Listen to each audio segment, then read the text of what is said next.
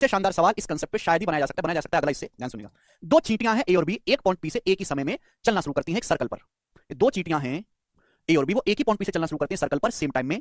एक क्लॉकवाइज जाती है, बी एंटी क्लॉकवाइज जाती है, मतलब ए जो है वो घड़ी की दिशा में चलती है, बी घड़ी की अपोजिट दिशा में चलती है।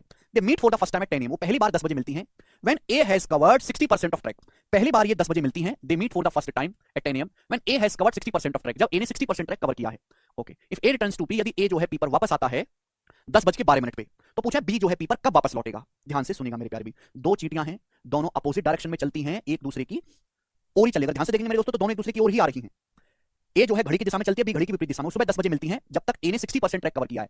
यानी कि मेरे दोस्तों ए चल रही है भाई साहब ऐसे, ध्यान सुनिएगा, ये बनाते हैं। ए चींटी ए चलिए बच्चों ऐसे ऐसे, चींटी ए ने 60% कवर किया है। चींटी बी चलिए बच्चों ऐसे, चींटी बी ने रिमेनिंग 40% ट्रैक किया चींटी बी ने, और यहां पे दोनों चींटियां मिली हैं, यहां पे दोनों चींटियां मिली हैं एक दूसरे से 10 बजे, ठीक है ना। तो चींटी ए जा रही है मेरे दोस्तों इस डायरेक्शन में, चींटी बी जा रही है मेरे दोस्तों एंटी क्लॉकवाइज इस डायरेक्शन में, दोनों यहां पर चींटियां मिलती हैं यहां पर 10 बजे। तो मैं आपसे पूछना चाहता हूं कि दोनों चींटियों की स्पीड का रेशियो क्या होगा।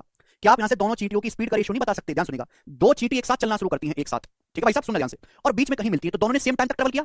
जितने समय चींटी ए चली है उतने ही टाइम चींटी बी चली है, टाइम सेम है। अगर टाइम सेम है तो डिस्टेंस डायरेक्टली किसके प्रोपोर्शनल होगा, स्पीड के। ए ने कितना ट्रैक करा है कवर, ए ने 60% ट्रैक करा है, तो बी ने फिर बाकी का 40% करा होगा ना ट्रैक। टोटल 100% होता है। अगर ए ने 60% डिस्टेंस कवर करा है सर्कल का, तो बी ने चींटी बी ने कितना ट्रैक कवर करा होगा, 40%। यानी कि ए और बी की स्पीड का रेशियो 3:2 होगा।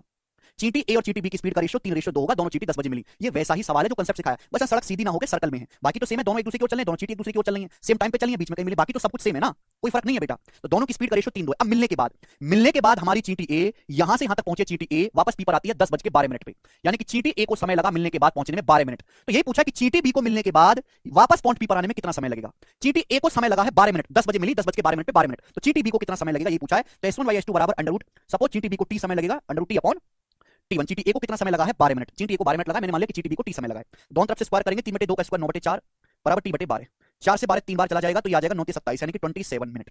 तो यानी कि चींटी बी को 27 मिनट का समय लगेगा 10 बजने के बाद पॉइंट पी पर पहुंचने में। तो कितने बजे पहुंचेगी, 10:27 पे पहुंचेगी, सी ऑप्शन।